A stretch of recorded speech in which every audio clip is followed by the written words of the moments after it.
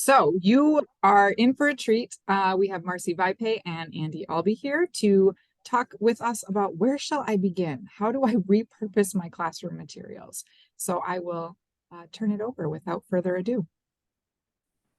Hello, I'm Marcie Vaiphei, and I'm going to start first by just kind of doing some introductions. I work for the Hub Center in St. Paul. I have been doing ABE for 19 years, but overall 24 years in teaching. I started in LED and then I moved to ABE. And there is my contact information listed there. If you have any questions regarding today's session and you want to follow up with something, you can reach me there at spps.org. And this is welcome everybody. I'm Andy Albee. I'm a teacher in the Robbinsdale Adult Academic Program. Been there for 23 years. This is the beginning of my 24th.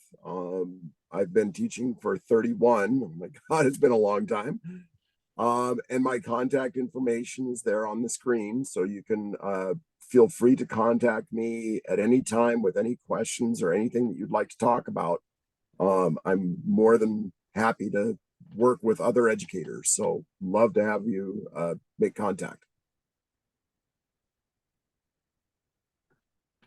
So today we want to address where we should begin when we're planning all of the good things that we heard from this morning's session on the experiences we want our students to have regarding math. The first thing I just want to revisit is that she kind of named 3 highlighted things that we want to keep at the forefront of our thinking when we're planning our lessons. And that's that we make it conversational, rigorous, and real world. So as we dive in today, we want to be kind of thinking with that filter. So we're looking at, go ahead. Oh. No, go ahead. We're just looking to try and take those math lessons that you already have and try to add to them or adapt them so that they become that more conversational, more real world, and more rigorous. Yeah. So where do we begin? So we're going to start with what we have. It's really important for us as ABE educators not to recreate the wheel. We have a lot on our plates, like a wide spectrum of levels. So we don't want to restart with something. We just want to kind of build with that.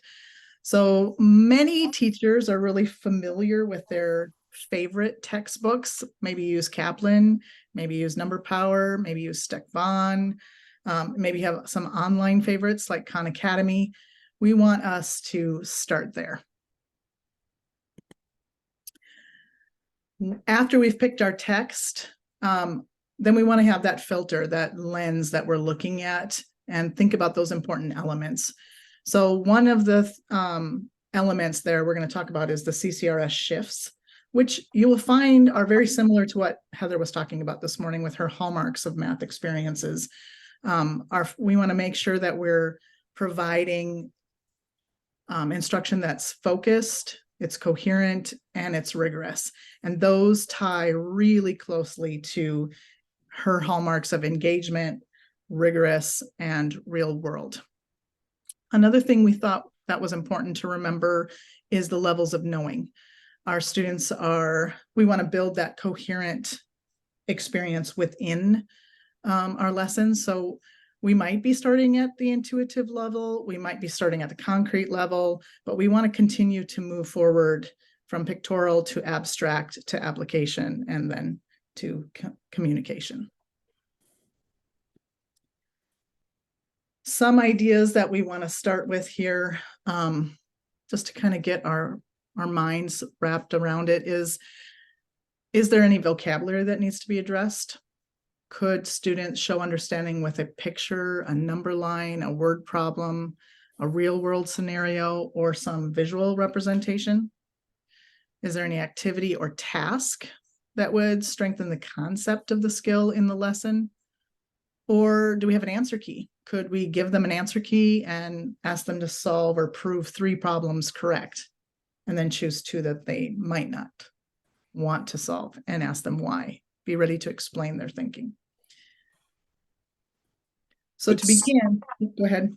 Well, it's a big thing, not only in our classrooms in GD preparation or other test preparation or other activities that we're doing.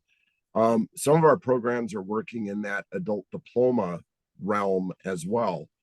And within that adult diploma, it's often looking more at the process than it is necessarily the answers. And so giving somebody an answer key and, they just write an answer down, that doesn't help us to understand that they knew that concept. But if they can take and show how that answer came to be, show the work that's behind it, having correct answers is not as important as understanding the process to get to them. So some teachers will look at it and go, well, you're giving an answer key, and how are you ever going to know if they know what they know? And it's important to look at how are the students processing the material. So Andy and I have a few ideas that we're going to illustrate for you today and let you participate in.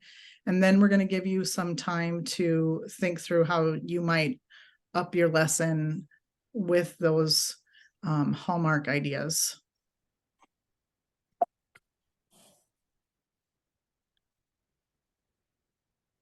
Yes, I agree, Lindsay. The idea that giving the answer right away shifts that focus.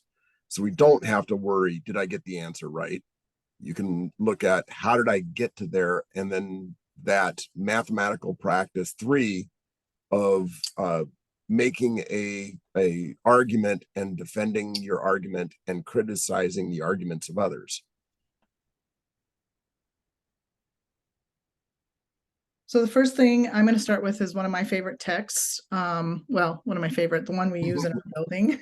It's Kaplan, and maybe you're familiar with it. You can see my book is well used. But I'm going to start with some middle level CCRS skills, and then Andy will bring in some upper level skills. So I'm going to start with fraction basics. And I'm going to look at the lesson here, just identifying fractions and finding their equivalencies. This is what the worksheet looks like out of the book. I'm sure we're all pretty familiar with textbooks that look like this, find the shaded amounts and identify the fraction that goes with each one of those. I'm going to introduce what's called a fraction talk. And maybe some of you are familiar with that. I just recently started these last year. Fractions tend to be the most difficult skill for most of our learners coming into the building, and it seems to be a huge hang up even going into the GED test. So I started using something that's called the fraction talk. And so if you take a minute, I just want you to look at this image here and think about what fractional values you would assign to each colored piece. And then we're going to talk about it here in a minute. And do note, as you're doing that, Lindsay did chat into the chat a link to the website where you can find more of this material.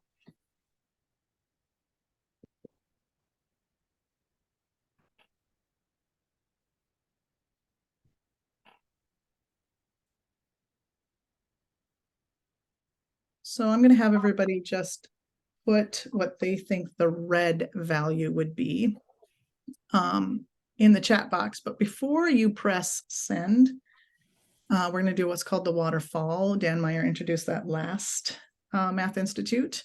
And so I want you to put your answer in, but not send it until I say go. So I'm looking for the value, the fractional value of the red section. Go ahead and go.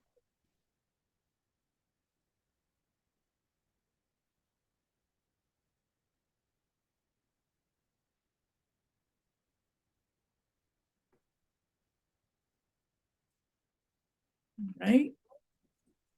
So if it looks like a consensus, it usually is with my students also. The red section, most people agree that it would be considered half. Now, at this point, I would be drawing on my whiteboard and I would be asking someone to share why they think half would be the value of that red color. Does anybody want to give me some insight as to why you would say that half represents the red?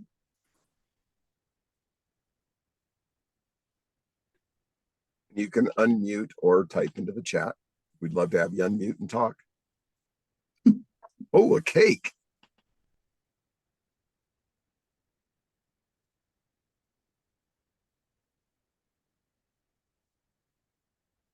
Ooh, nice.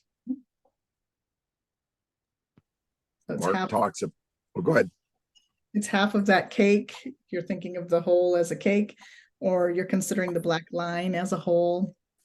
Go ahead, Andy, and tell what Mark is saying in there. And then if you duplicated the red, that the duplicate of the red would cover the other side of the rectangle. It's a great way to look at it. It's often not super often because most of our students know it, but I do have students that have come from foreign countries and English is not their primary language, and we hear the different fractions like tenths or twelfths and stuff like that, and then they say, well, it's tooths, right? They don't necessarily know the word half, and making sure we get that vocabulary in too. So I would begin to now ask the students, where did the 1 come from and where did the 2 come from? How are you coming up with these numbers, and how do you know that 1 belongs on the top and 2 belongs on the bottom?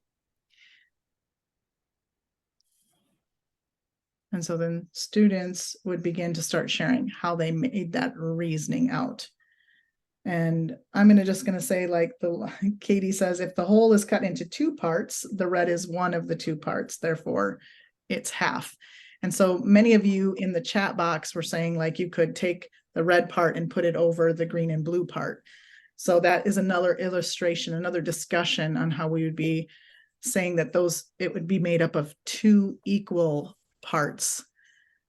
And therefore that indicates the denominator, or what would complete that whole, whether it be a cake or a rectangle or the box.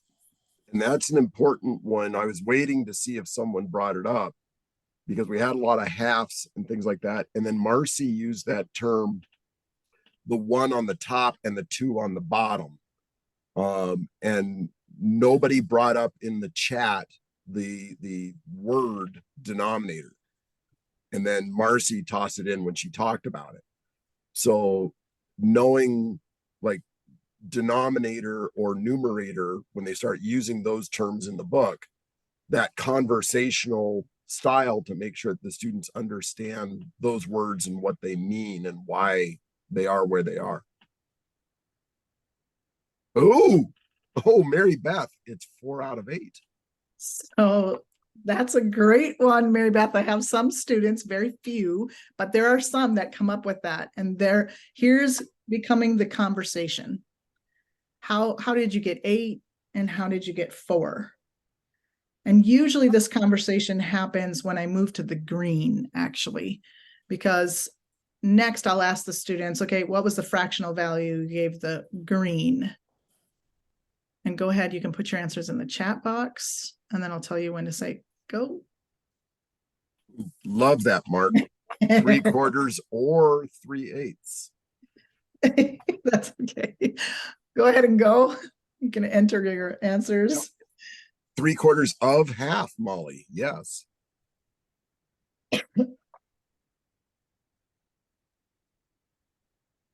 In preparation for today's work here today, I did this lesson with my students yesterday. I pulled it right off this presentation, said, hey, let's just do it. And yes, I had a tremendous discussion that the green was 3/4. And they jumped all over 3/4. And when we started talking about, well, is it really 3/4 of the whole?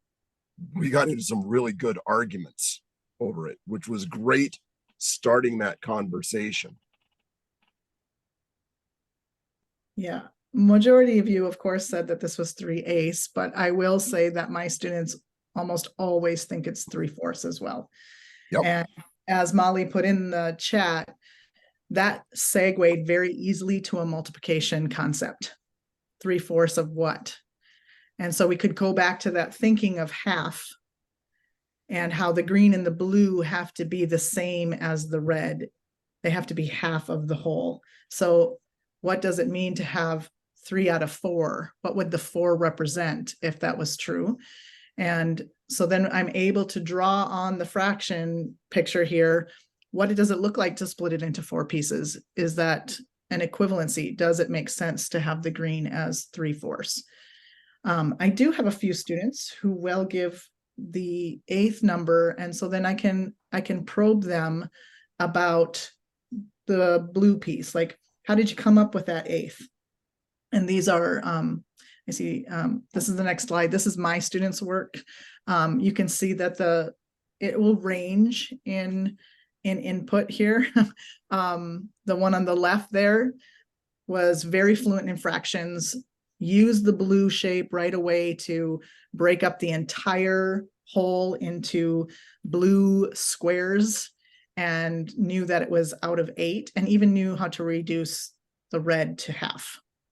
Where my bottom right student, this is very common with most of my lower students, is that they always think it's 1 out of 3. They are totally ignorant of the size. Not totally ignorant. They have an idea, but they just don't know how it connects to it. So they just say it's 1 out of 3 colors.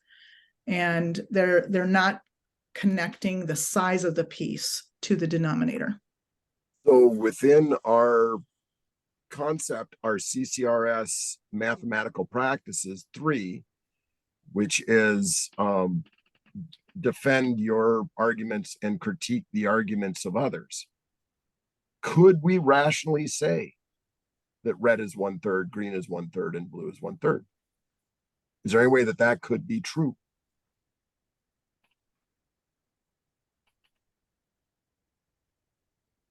You want them to put that in the chat? If they would like to, yeah. Or unmute? Yeah. If all we're talking about is colors, right? They're each 1/3 of the colors. And so when you get somebody that answers that, it's okay that we say, well, that's a correct answer. 1/3, 1/3, and 1/3 is a correct answer if you're asking the question about the colors, not the areas, right? And it gives that student a chance to recognize a correctness, that they're not like, oh, everybody else is right and I'm wrong and I didn't get it, so therefore I must not understand this. There is an argument to that being a correct answer, and allow them to have that discussion. So I would encourage you, one activity to use if you're doing fraction work, and I think this works for a leveled classroom or for a one-room classroom, is you can use this even as like a formative assessment. Like, where is my student at? What do they know about fractions? This doesn't just end with just identifying the fractions. As we've already pointed out, this could lead to multiplying. You're taking part of something. So now your green can be taking part of the half and explaining how multiplication is reflected in this image. You could have them write number sentences, maybe starting with words. The green plus the blue equals the red, and then tying in the values. You could be talking about equivalencies, as we saw with the 4/8 and the half. You could be talking about changing to common denominators. So this activity is what we would call a low floor, high ceiling. Everybody can come in, they can contribute some kind of thought. Most people are winning right away with the red and they say half. We could talk about how it could be 1/3 across the board, but you're having a rich discussion about a visual aspect of fractions, and you're tying that to the numeracy. Really nice one that can come in with this is most of my students, when they're coming through, they'll understand the addition of fractions, and we got to have common denominators and those types of things. and they get the multiplication, they get really freaked out with fraction division. Like they are really not comfortable. But if we can look at the blue and talk about that blue eventually getting them to that 1/8 size, and then say, what if you took the green and cut it up into blues? How many blues would fit into the green? And they can start to see that 3/4 divided, or 3/8 divided by 1/8, or 3/4 divided by 1/4 if they want to look at it in that form, and start to get that concept of division and how the division can work. I have also used this to tie into the decimal representation and the percentage representation. So you can have start with the fraction, and then how would you change that to one of its other forms? Any questions about fraction talks? I see Amber's got something in there, just a really random thought, but how would a screen reader describe this image? That's a great question, Amber. So I've been working really hard on making accessible content for students, and I was just thinking about, like, it would be really curious to see how would we describe this to a student who is visually impaired, and how could we mathematically be precise in a way of doing that? And so it was just something that's like something I'm working with, but I would just be really curious to see. Is there a way that we could make a physically concrete version of this so that they could feel it? Right? Take that levels of knowing down to concrete. Like with felt, but is this person in person? It's not, they're not online. Right. Online would be a whole nother, right. Whole nother thing. Yes. You know, maybe even Legos.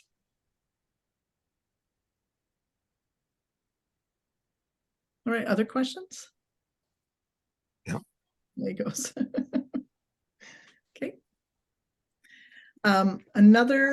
Another activity that I use for having some discourse in this whole fraction realm is called Which One Doesn't Belong? And this would be an example. Lindsay's going to put that link in the chat. Also, there's lots of which one don't belong activities.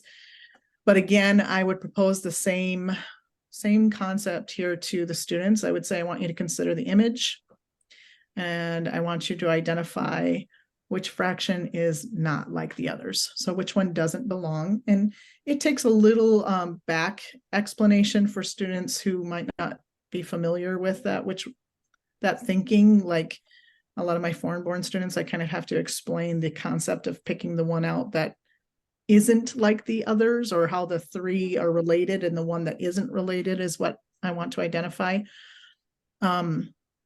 But I do tell them that they have to be prepared to explain their thinking again. This one really gets them out of the thought that there's only one right answer. When they first start, they just want to believe there's only one, but it really challenges them to come up with thoughts as to why it's different from the other. And I never let my students just end with one. I always make them now consider a second, because they start really digging into the math. And then as they explain their reasoning behind it, it really provides that rich conversation. And that which one doesn't belong, they've got lots of them in that website that Lindsay posted, but you can just make your own too, right? And you work your way through them to try and get each one to have one slightly different concept to it, so that all of them could be the correct answer. And that's one, when we talked about earlier, the idea of giving out an answer key, that sometimes there isn't an answer key. There isn't a correct answer to this. There are many correct answers to this. I also want to say that how you model the math is going to be a huge communication to your class as well. So I allow my students to say it's very obvious if they want to, like 5/3 is different because it doesn't have a 2 pictured there. They can say the very obvious, and then the next question, it's going to start digging deeper and deeper as other students start defending their reasoning and sharing that out. So do we all have people chat out what they consider which one doesn't belong?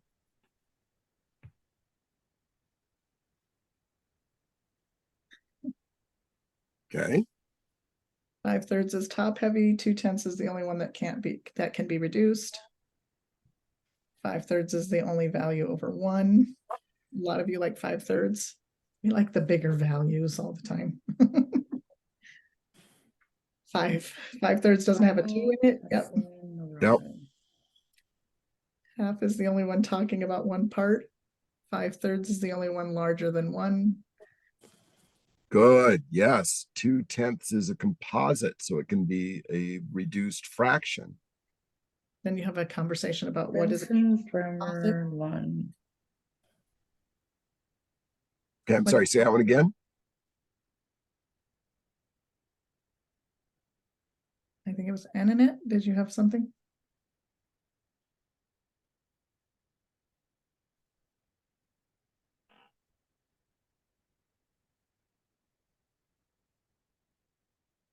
All right, I really like the half. I think half plays an important, you can talk about estimating here, which one are more than half, less than half, how do you know?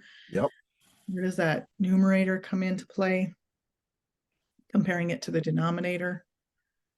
And again, in the chat, I'm going through and noticing, just checking to make sure it wasn't in there. Nobody used the vocabulary and threw in an improper fraction, right? So somewhere in there in the books and in the GD test, they may ask them about an improper fraction and getting the students to understand, oh, that top heavy is improper. And a lot of people picked 5, so Mhm. a lot of the participants picked 5/3. So that's what would, when you watch your students, they're gonna think the same way, and that opens the opportunity for vocabulary building.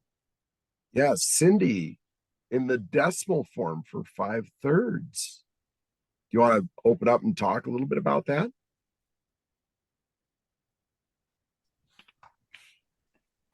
Yeah, because 1/2 is 0.5, 2/10 would be, hold on, 5th point. Yep. 1/5. So 0.2, 2/5, 0.4, but 5/3 is 2 1/1, or 1 2/3, so 1.666666. I can't say them all, obviously. Well, and the interesting with that one is if you throw that in on a calculator, because the students, like, calculators are gods. The calculator tells me the right answer, and trying to get them to see that, a calculator is just a tool, right? Mhm. But when they see it and they go, well, wait a minute, if I divide that, it's 1.66666, and I can't get to the end. When I do it on my calculator, it says 1.666666667. Okay, where'd that 7 come from? Right? It's a nice one to get them discussing that side. I actually just did one like that, Cindy, with percentages. It had a percent, a fraction, and decimals. And there was one with the line over it. And a lot of my students thought 0.33 was the same as 30, or 33% was the same as 1/3. And so it was a really big conversation about what does it mean to have a repeating decimal. So lots of angles you can go in, lots of discussion. Before we move on, Kevin, can you talk a little bit about what you mean by, I like to tell my students that improper is just a phrase? Yeah, sure, Andy. I don't know. I like to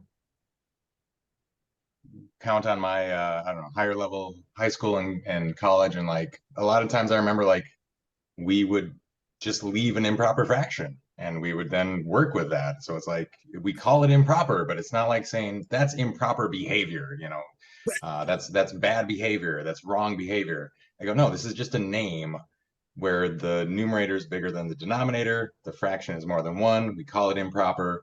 But when we multiply, when we divide, when we do lots of things, it's actually better to have it as improper, 5/3 instead of 1 2/3. It's easier to work with sometimes.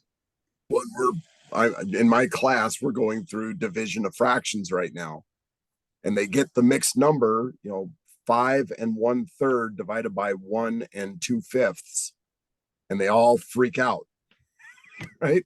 But that conversion to the improper fraction, and yeah, getting them to understand improper does not mean wrong. A really nice one to get them to think about it is just pull money out of your pocket. They love money.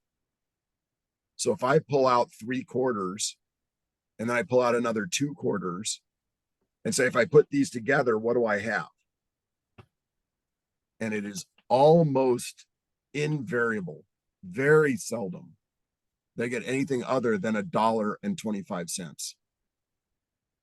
They don't think about, well, it's just 5/4, right? And it's okay that it's 5/4. It doesn't have to be $1.25. They're the same. And I think that Yes. builds on vocabulary, like how you want to introduce the vocabulary. Right.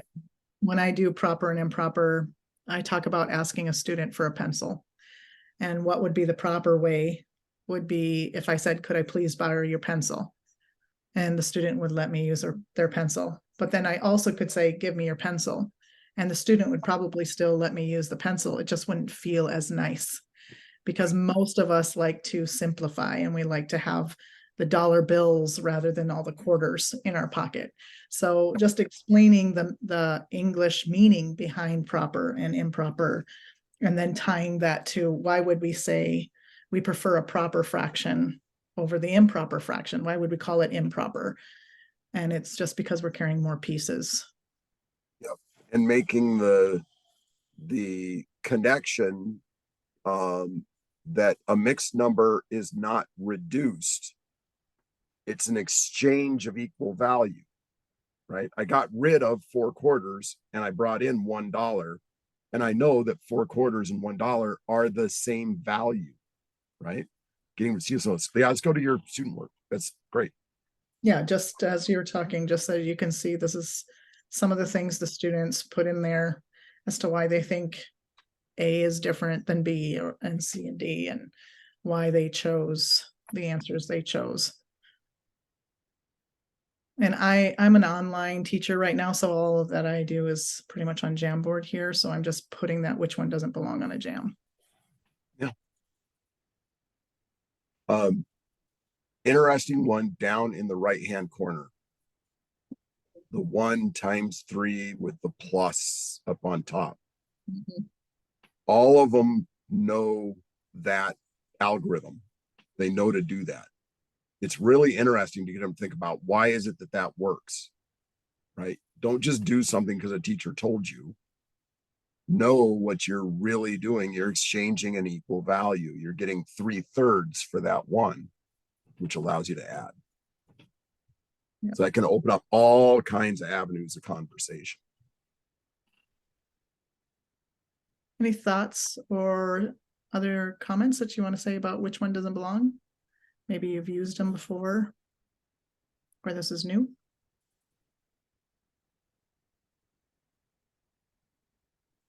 I've used them a lot, and one of the things that's fun is that sometimes we'll come back, we'll do it at the beginning of a unit and do it, and then at the end of the unit, we'll come back and do it again and see if they find different things or define it different ways. And students can kind of see them doing it differently after we have more information, and that's kind of fun for them to be able to see, especially if you're using a Jamboard where you can compare and be like, hey, look at this is what you said last time, but let's look at the math vocabulary, let's look at the reasoning that you used differently this time. And I've done that a few times and students really enjoy it. And they're rich. Yeah. There's lots of things you can find. Even as a teacher, the more you look at it, the more you're going to find. So it's like a rabbit hole. You could keep going down and down and down in it. There's a lot there. Mark. It's just a minor point. I feel like other folks and you have said things that are more important, but one thing that I've noticed recently is just how, because I've used both of these, and how, you know, they're both culture shifting. And the way that I kind of have seen that is because, you know, you do it with students, and it's strange at first, and then over time they get used to it. And then you have new students who come in, and just the way that the students who had been there from before, like who have been part of building that culture, kind of defend and explain and help it. It's just really cool, like, to see that it, you know, it definitely, it's a routine, so it takes time for it to take hold. But when it does, there's really a shift that that you see, you know, or I've seen when new students come in.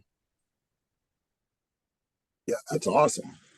Get the new students involved in the conversation. We've taken some of these, and not just with fractions. You can do a which one doesn't belong with anything. And we've literally put them out in our hallway outside the room, so that students that aren't in my classroom but in our school can still walk by and see them.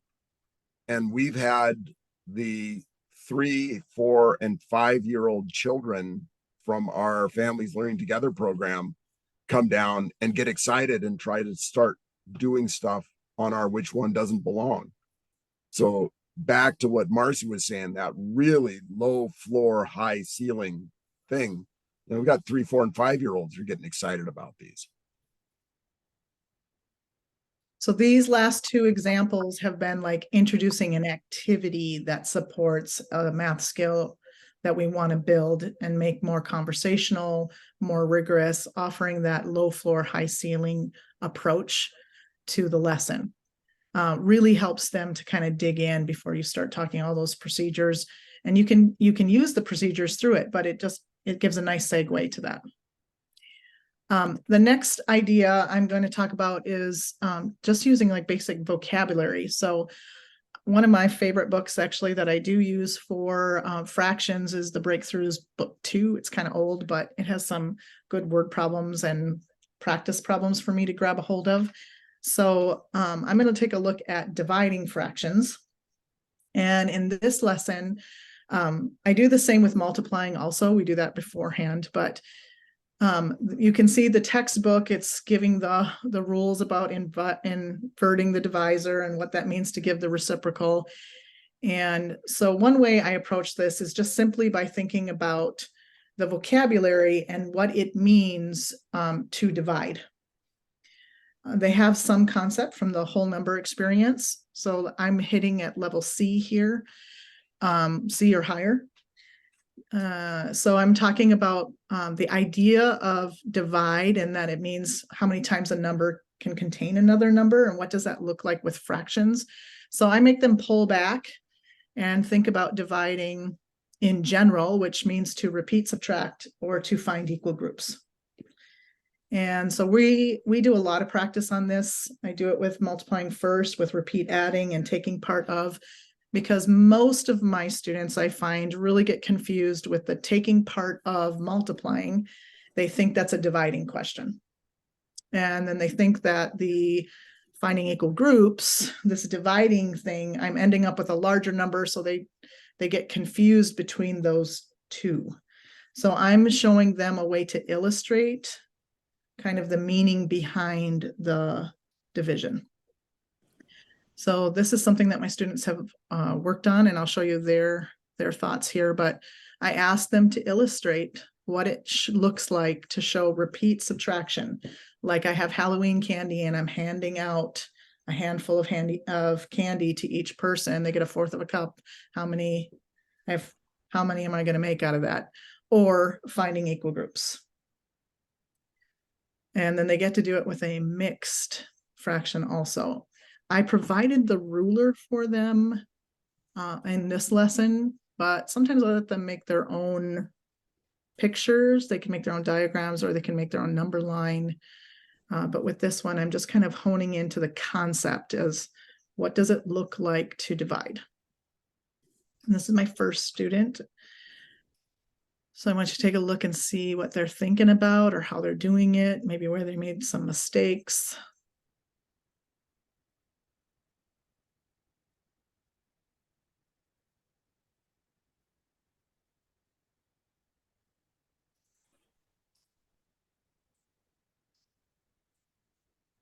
Any comments on this student's work? Do you notice or wonder in their what they're doing?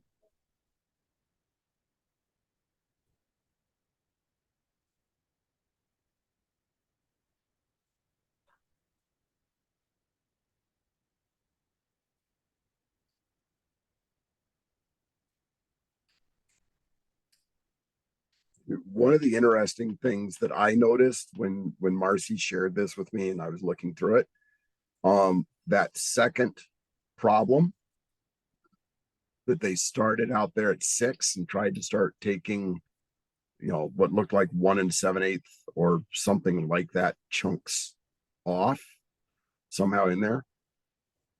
Mm-hmm. It's okay that they do that and that gets acknowledged, right? It to come out and say, well, no, you're wrong is an easy way to shut a student down. But to say, well, you only have 1 7/8. So, should you really be starting at 6 and getting them to go, oh, yeah, okay, that makes sense. And then they started doing the red stuff and they could show how the red one goes through there. So now we're having a big conversation about Yep. dividend versus divisor. And what am I breaking up? What does that mean? Yes, Mark says in the calculation on the right, improper fractions were more helpful in the form of the quantity. I do want to say also that Amber said, did they make big hops and then break them down? Yes, she did. On the left side, you can see her figuring out the half chunks and then bringing it down to the quarter pieces. Yep. Really trying to figure out that ruler is that's another math skill. If I'm looking at this one, as an instructor, I love both of these. They're fantastic. That second one is kind of in that concept like we were talking about this morning, Heather was talking about this morning, with waiting to see if the student comes up with something, and if they don't, then kind of seeding that conversation. This student, they did great, and when that changeover, as Mark said, of the 1 7/8 to 15/8, what if they just left it as a divided, did not do that flip over and multiply thing, just leave it as a division? And you would see that if you divided straight across the numerators and straight across the denominators, no changing, no making it multiplication, you've got 15 divided by 3 is 5, and 8 divided by 8 is 1. The division really is multiplication. They're exactly the same. We do that flip over because it's a shortcut to help us out, but there is no mathematical rule flip over. It's nice for them to see that the straight division works too.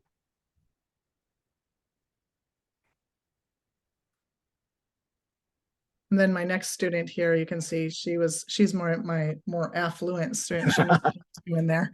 But I do want to say that both of the students did the procedure first. Like, it helped to ground them to have the answer and then to think about the concept.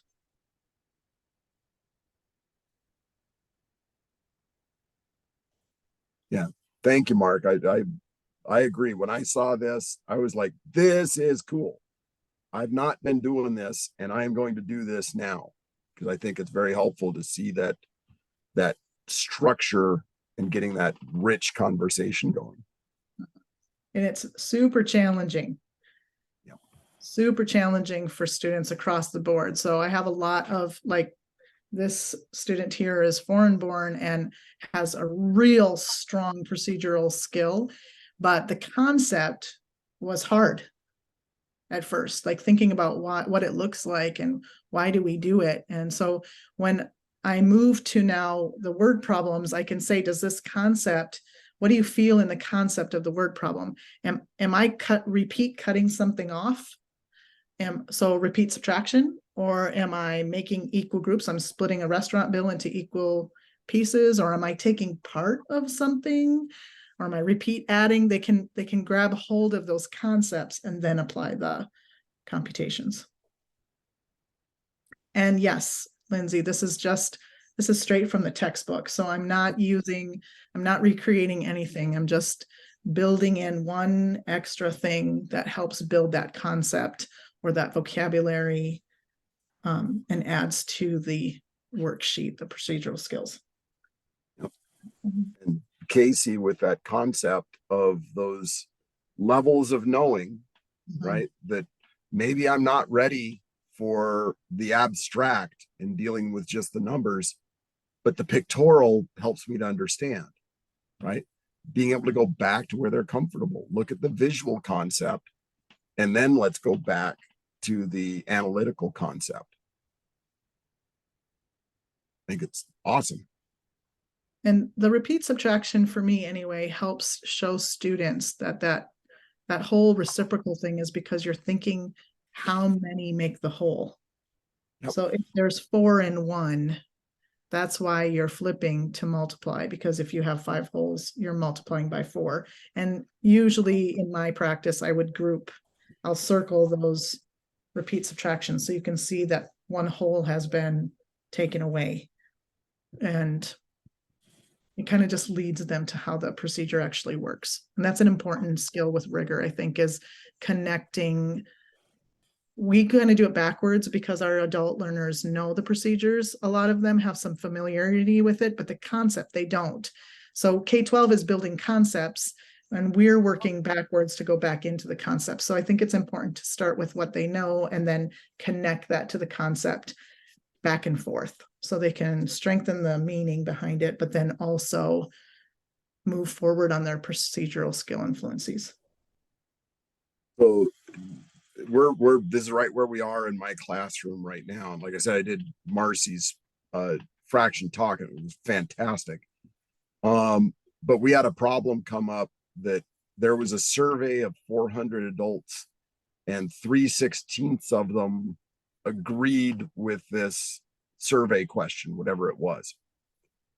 And the students had to figure out, well, am I adding, am I subtracting, am I multiplying, am I dividing? And they started in with that division. And then we came back to the concept exactly like Marcie's talking about. Is this a repeated subtraction? Is this a grouping together, repeated multiplication? And if they go in and just try to run it and they said, well, it's got to be a division problem, and we go ahead and let them divide. And when they realize, wait a minute, out of 400 people, 2,000 of them agreed. Oh, that doesn't make any sense to me. So then we could go back and have that conversation as to why it wasn't a division problem, it was a multiplication problem, and get them to make those concept connections. I wish I did have the multiplying student work to show you, because I would have done that one as well, where you're showing repeat, add, and then taking part of, because the concept of taking part of is so difficult for students. They're just taught the shortcut. So half of 12, they know it's 6 because they're dividing by 2, and really breaking them from the thought of this is a dividing problem. It's not a dividing problem. You're simplifying, and showing them where the simplifying is coming into play, and comparing that to, if you really were dividing, shouldn't you be multiplying in the reciprocal? So they're not following through, excuse me, all the way on their procedures either. So they're confused as to what they're doing. And then when they get to the word problems where it doesn't have a numerator of 1 and you're taking part of something, they don't realize what they're doing anymore. They're lost. And that concept back into there of saying, well, if I take half of 12, they'll all, and almost all of my students would agree, well, yes, that's 6. Half of 12 is 6. I know that. But if you say, well, what if you took 12 and you cut it into half chunks, right? Mhm. I have 12 candy bars and I need to cut each of them into half. How many pieces of candy bar would I have? And getting them to get that concept of the division, the of versus piece putting together. Yeah. And I always challenge them at that point, like, why half of 12 is 6? Why am I multiplying and getting a smaller answer? Or why, when I say 12 divided by a quarter, I'm ending up with 48, which is a much bigger number, but I'm dividing. And it really challenges that thought of working with pieces that are less than 1 instead of 1 or wholes. All right, so we're going to move to a little bit higher. Oh, I'm sorry. I guess I got one more.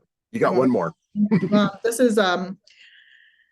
is data. It is a level 6. I mean, a grade 6, so it's a little bit on the higher end of the C and D, lower D.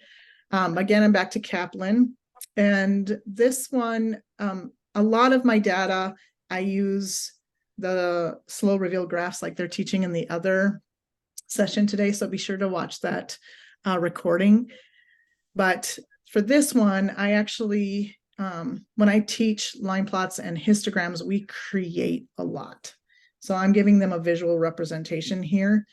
In the Kaplan book, it's like most pages, it's a 1-page wonder, and that's all you get for practicing.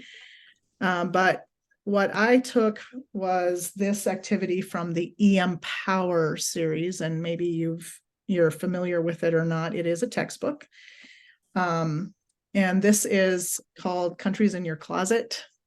And I teach online, but this was still very accessible for them. They had to pick out 8 items of clothes and find out where their items were made, what country. And then they took that information and we put it in a table. And then we talked about frequencies. And then the class as a whole took their information and we put it together in a dot plot or line plot. The beauty of this is, oh, is somebody going to ask me a question? I've just got a big smiley face. Okay. So the beauty of this lesson is that, first of all, they get to see where the clothes are made at. Then we have a discussion as to why we think they're made in these countries. And then the textbook actually leads them to use a different representation. And instead of doing it by country, talk about continent. And pretty hard to do on the Jamboard. You can see they ended up putting numbers because we can't do that many bars going up, but they could definitely see the amounts growing there between Asia, Africa, Europe, North America, and the rest of the continents where their clothes were made. So then we have a discussion. We're not only having a discussion about frequencies and line plots, but economics and hourly wages and availabilities, and all of these kinds of things are coming into discussion. They also then, the textbook would lead them to put this in a histograph and then decide which one was the best representation. Was it better to represent it as country, by continent, or within a histogram versus a line plot? Real world, they all have access. Discussion, pretty simple to make it. And so kind of everybody could enter here. Everybody has 8 pieces of clothing of some sort. There was no rule as to it had to be shirts or dresses or whatever. And really engaging, lots of discussion, since a lot of the students are from these different countries and continents. Anybody have there's something I noticed. I just wanted to see if anybody else noticed it as well. Is there something that you notice on this that you kind of wonder a little bit about?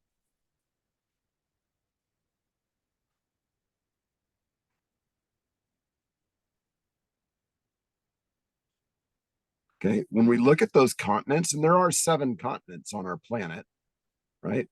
We don't see a lot from South America. We don't see a lot from Oceania, but wait a minute. What about that last one?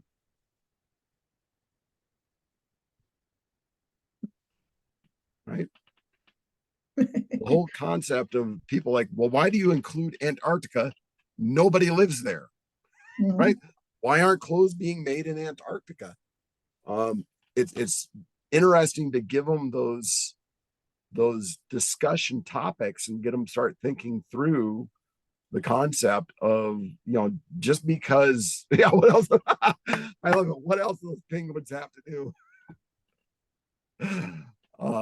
But having that in there, there are times when we've got data points that just by nature we know they're going to be zero, but we still include them into the discussion. Just identifying that they knew all the continents was pretty big activity. So yes. So a little bit of geography going on. That's social studies, yes. All right, so now we're going to go to a little bit higher with Andy's lessons here. He's going to go on into some algebra and geometry for us. So yeah, I use Kaplan's a lot. And it's mainly because we buy copies of it and have it available in our office for the students to purchase and use. And so it's like, as long as we're saying you can buy this book and it should help you get ready, and then let's use that book in our classroom.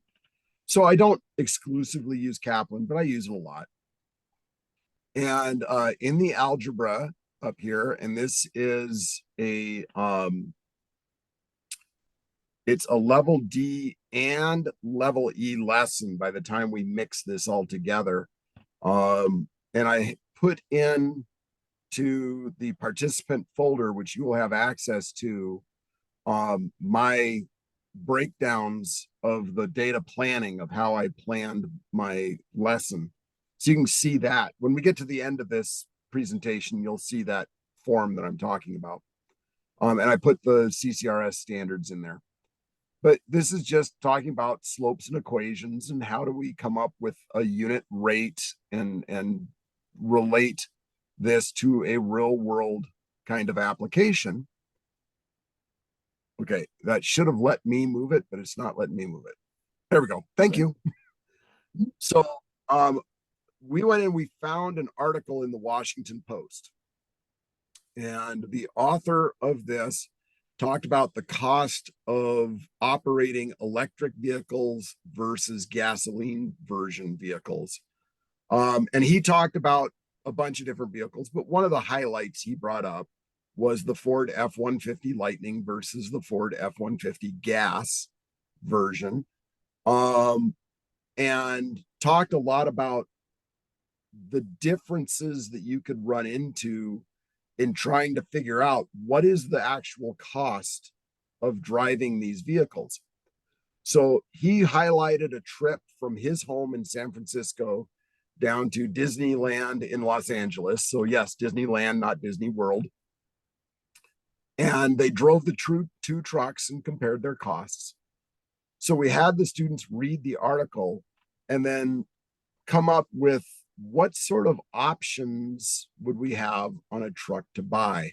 What sort of factors should we consider? So before we go to the next slide, I would like you, kind of in that same waterfall style, put something in the chat. If you were trying to decide, should I buy an electric vehicle or a gasoline powered vehicle? What are some of the factors that you think you would consider? Okay, so we'll wait just a moment here. And then we'll get you going through that. Oh, Lindsay's like, sorry, already put it in. That's okay, Lindsay, it's fine. Okay, and we'll go just another few seconds here. And go ahead and hit your enter. Let's see what we got. Okay, long trip, resale value, access to charging, availability to charge in rural areas. Okay, environmental impact, plug-in availability, convenience, right? And convenience can go two different ways. More convenient to have gas because there's lots of gas stations. More convenience to have electricity because I can charge it up at home. Any others? Anybody else want to put stuff in? Charging versus gas. Yep. Thank you, Donna. Okay, so Marcie, let's go ahead and go to the next slide. And so we went through and said, okay, if we're going to do this, let's get some, that whole concept we were talking about here in the math, culturally responsive math, is real world data. So let's go get some real world data, right? I drove over to North Country Ford here in Coon Rapids, Minnesota, and just took pictures of the trucks and looked at the little sales stickers in the windows. And so you've got yes, they are so expensive. I agree.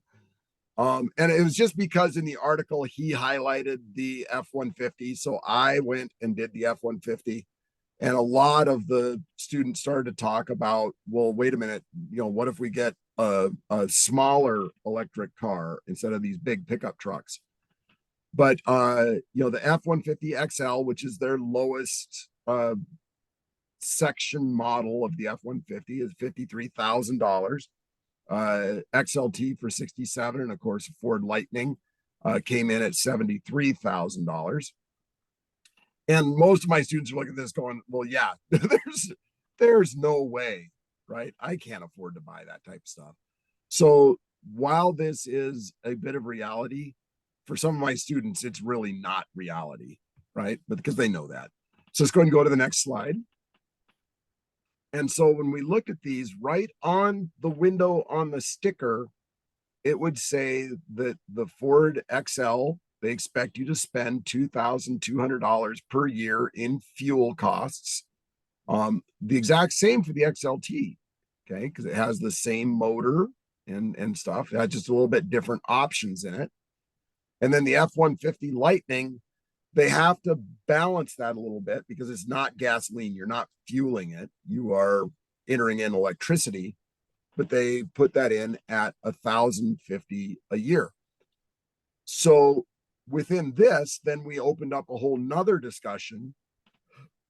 How did they come up with those numbers, right? Are those numbers absolute? Okay, so you can just throw into the chat. Do you think that if I buy an F-150 XL, I am going to pay $2,200 a year in fuel costs?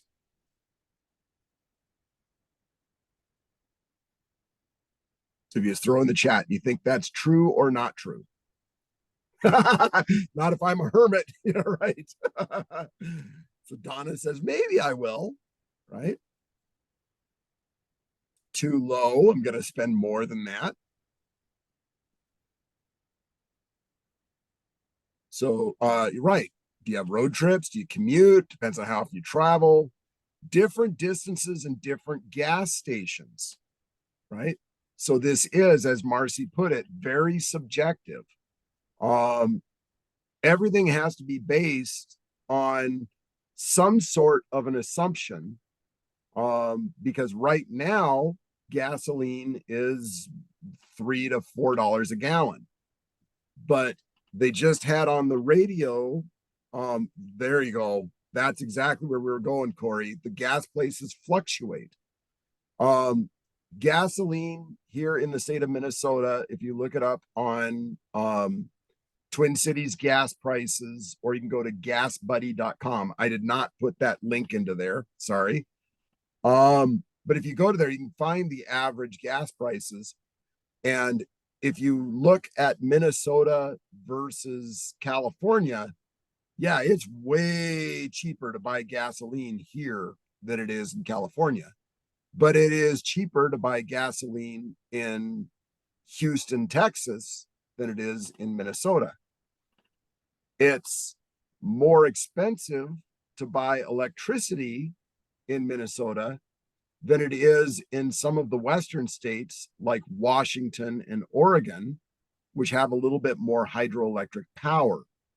And so you have to take all of this and start that discussion with the students that all of these numbers that we're using are subjective and open to change based on that thing that we're going through. Thank you. Go ahead and go to the next slide, Marcie. Okay, so we went to Desmos, and there's our plug for what Heather was talking about earlier today. And just plugged in equations for the red F-150 Lightning, the white F-150 XLT, and the gray F-150 XL. And I couldn't put a white one, so I made it blue. But we plotted these lines for the overall cost and then started the discussion with the students. What do you notice about this? What do you wonder about? Are there any other considerations? And we had done a lot of those considerations earlier. What about resale value? What about repair costs? What about insurance costs? Right? Does it cost more to insure one than the other? But this just gets us a concept of where did that lines and rate of change and linear equations in this case match up with real world situations. That unending question we get, when am I ever going to use this? Right? So that's just an example. Yep, electric costs go up. Think about long-term consequences, right? What does it cost to buy it now versus what's it going to cost me in 5 years, 10 years? How long am I expecting to own this vehicle? Am I only going to own it 5 years and then turn it in off of a lease? Right? All of those things. Okay, let's go ahead and go to the next slide. Lindsay said very real world and useful. And another brilliant thing about this is that it is subjective. There's no one correct answer. So helping them see that the math plays out, but it's not real to always think you're going to get one result for straight across the board. So kind of breaking them out of that. And also this looks like it's leading into systems. So yes, we get into systems of equations, which is one of the standards that I was looking at on that. So yeah, absolutely. Then the other one we looked at was in Kaplan, the idea of finding areas and volumes of composite figures. So most of the students can do pretty well on finding the volumes or areas of regular figures because they just have the formula sheet. And if they can follow the formula sheet and understand the vocabulary around it, it makes sense. I can just plug in, chug, and go. Let's go ahead and go to the next slide. So this is a website. This is free. This is from Steve Wyborny. You can see the link down at the bottom, and Lindsay will chat that into the chat. Steve Wyborny does a number of mathematical conversation style things that you can do. The Esta Mysteries he has Splat. For those of you that have tried Splat, that's his. This one is called Cube Conversations. And so we start off, and yes, this first one here is not very rigorous. Yes, we know that. We're starting with kind of an easier one. But if we looked at something like this, we'd say, how many cubes are in that shape? And then how'd you come up with that answer? So same thing in the chat box, just kind of put everything in, don't hit enter yet. And we'll let everybody kind of put their numbers in. And we'll go in 5, 4, 3, 2, 1. Go ahead and hit enter. How many blocks are in that shape? Yeah, good. We're seeing all the 10s, right? So is somebody willing to come off of mute on microphone and come in and talk about how did you come up with 10? What did you see?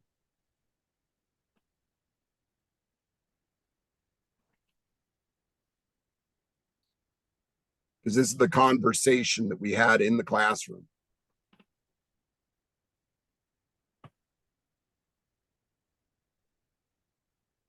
Okay, anybody willing to come on, talk about it? How'd you come up with 10? I would say if we're looking at it as a three-dimensional shape, we have either a length, width, or height, depth, whatever of 1. So it's equivalent to counting the squares that you can see on the front face, which is 10. Okay, so did you just count 10? Basically. Okay. Marcie, go ahead and go to the next slide. Good, yeah, so there are 2 by 3 twice, says Mark. This is some of what my students did, and this is what we asked them to do, is draw in with colored pencils. What did you see? right? They saw those 2 3s in the middle and the 2 on the far right and the 2 on the far left. Or maybe they saw it horizontally with 3s and 2s. Somebody saw that kind of P shape with the purple P on the right hand side. And then the left side is kind of the green B looking thing, right? But we can see that those are 5 and 5. So if we recognize that those shapes are the same, I don't have to count both of them. I can count one and then use that to find the other. And then the one that kind of surprised me, I did not see this at the beginning, and it's okay. But that last one in that row, the orange and green, that they saw a box of 4 and a box of 4, and then those 2 little greens that are attached to it. And so he said, well, you got 4 and 4 is 8 plus the 2 is 10. That work, go ahead and go to the next slide. That work, really nice and easy. We had a whole hour and a half discussion on these, not just on those. We did some more rigorous ones and went on a higher level, but that was out of lesson 1. And there's 80 downloadable animated lessons on his website. It comes in as a PowerPoint presentation with animations and everything, and it just breaks it down and has the students go through it step by step. And when you're getting up to like lesson 79 and 80, they are very rigorous. Now, it's not very real world, but if we take that and start to expand it and start to talk about, well, how many rooms could a building have? Or how much space would need to be used in a garden if I made a garden of that shape? Or what sort of things could I see in art if I saw art of this? But start to bring those concepts in. And the last thing that I'll say on this one is that not only can we talk about volume, we could also talk about surface area, right? And start to do a 2-dimensional view of a 3-dimensional object. And what if I'm building this building? How much siding do I need? How much roofing do I need? All those types of things start to get into that real world application. The other thing that we got into, that one that we saw was just a 1-dimensional thick. You're correct on that one. If you get some of them that are 2 and 3-dimensional, you got 2 or 3 or 4 layers of things. We started to ask, well, is there a block behind? And how do you know if there's a block behind that you can't see? Because we have to think of counting those as well.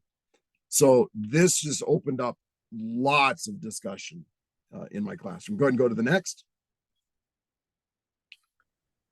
So Marcie, you wanted to jump in on this one?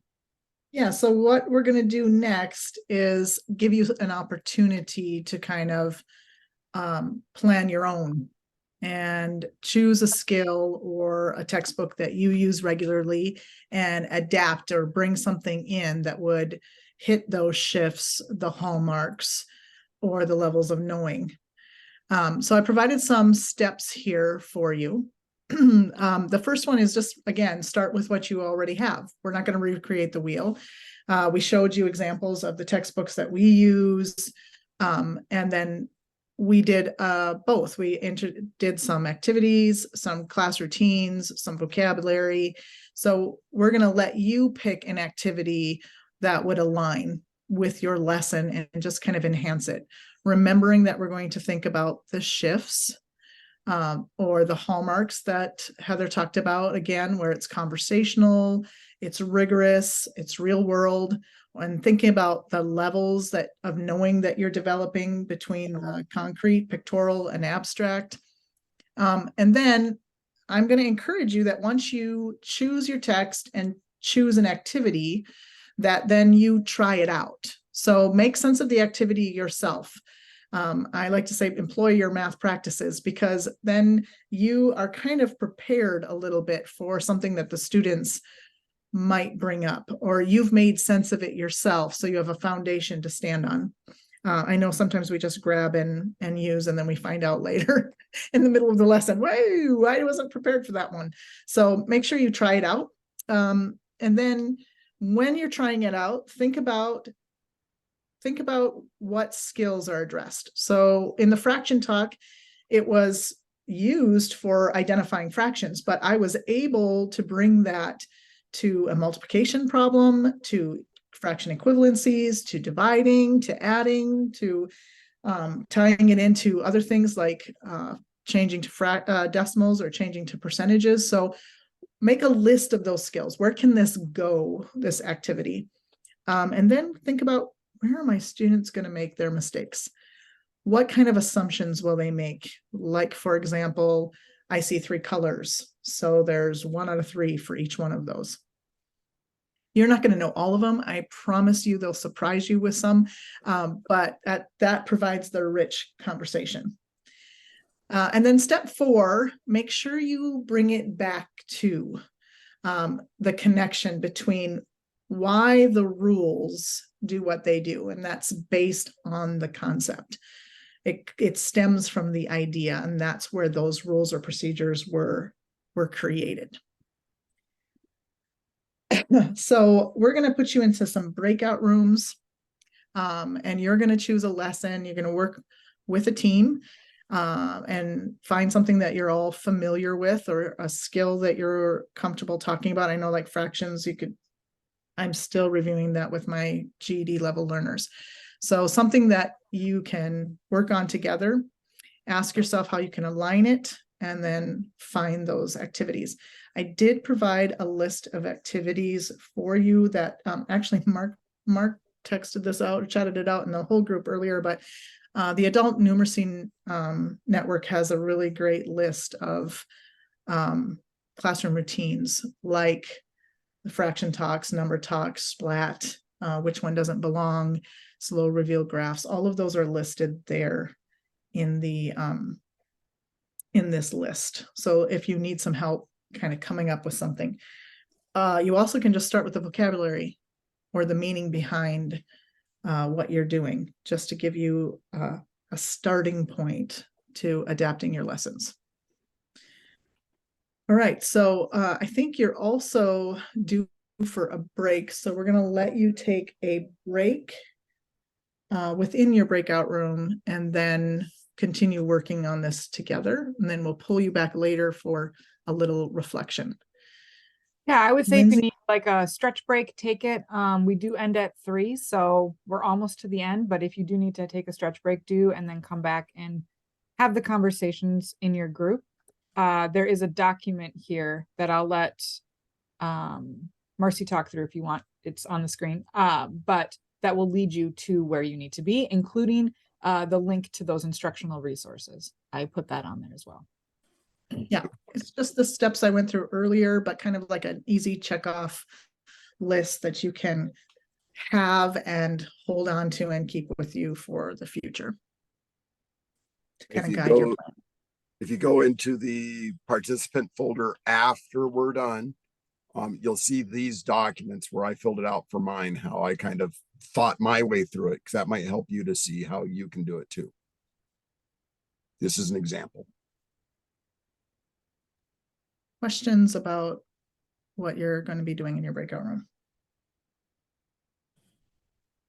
And Maybe Marcie and I, and probably Lindsay, will be popping in and out around the thing. So if you have, if you get into it, you're like, I don't know what to do, we'll pop in and you can ask questions.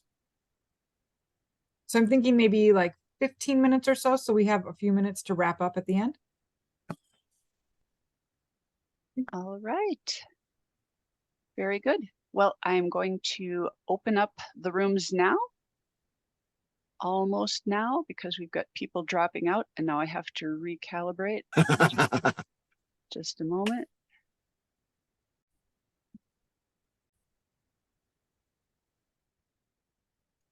So welcome back. We just want to do a little reflection as you head out for today. Just wondering, I know it wasn't a lot of time, but in the chat, just a yes or a not yet would work. Were you able to align your favorite lesson to some important elements of either the shifts, the hallmarks, or the levels of knowing? And you don't have to waterfall it. You can just put it in there for the sake of time. So yes, I was able to, not yet. How did it go? Okay.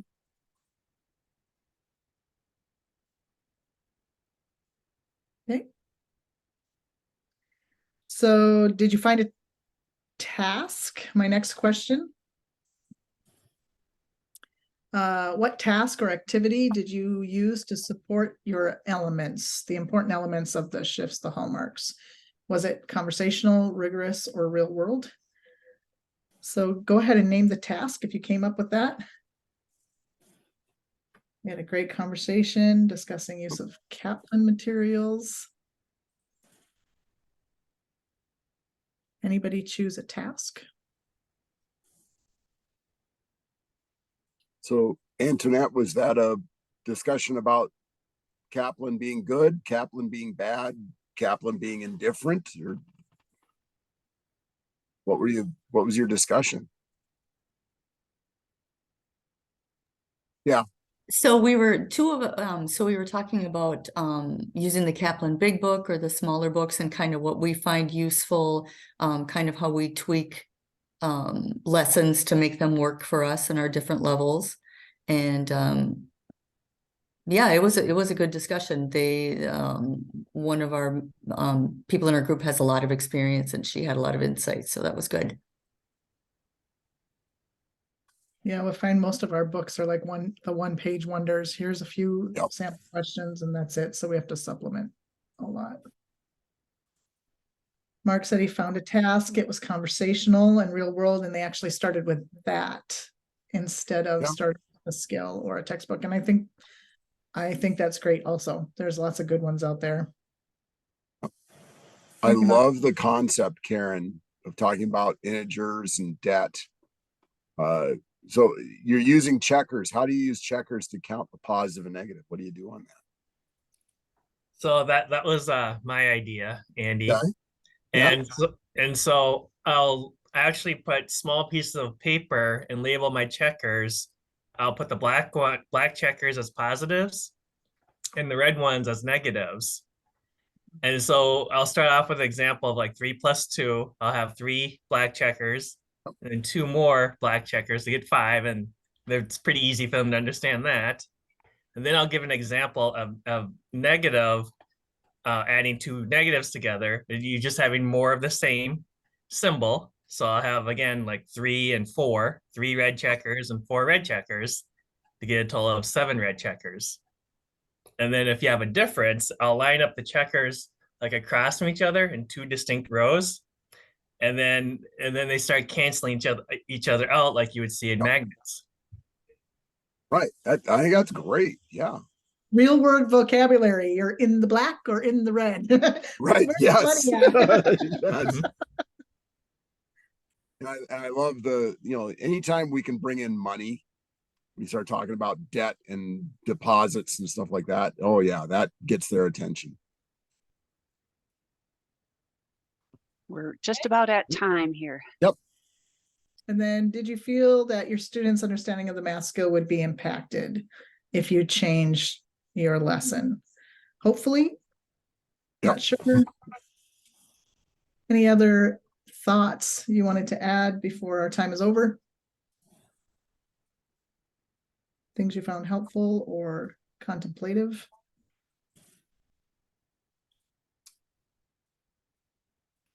I think the other big thing on this is just to remember we're all a community, right? Marcie and I have worked and presented this, but we didn't do anything that others of you are not already doing, right? You're doing this stuff too. So let's just talk to each other and keep that conversation going. If you have questions, talk to anybody that was on this call and say, what do you think? How could I do this differently?